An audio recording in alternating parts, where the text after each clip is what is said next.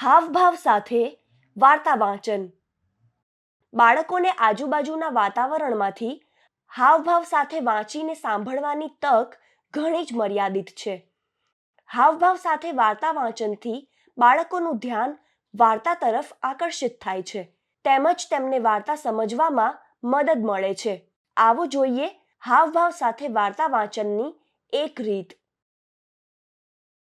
મોનુ ઘરમાં વાંચી રહ્યો હતો ત્યારે તેની નજર બહાર નળ પર પડી. નળમાંથી પાણી જમીન પર ટપકી રહ્યું હતું. આજુબાજુની જમીન ભીની થઈ ગઈ હતી. મોનુએ એક લોટો નળ નીચે મૂકી દીધો. પાણી હવે લોટામાં પડવા લાગ્યું. થોડીવારમાં લોટો પાણીથી ભરાઈ ગયો. મોનુએ લોટાનું પાણી છોડમાં રેડી દીધું.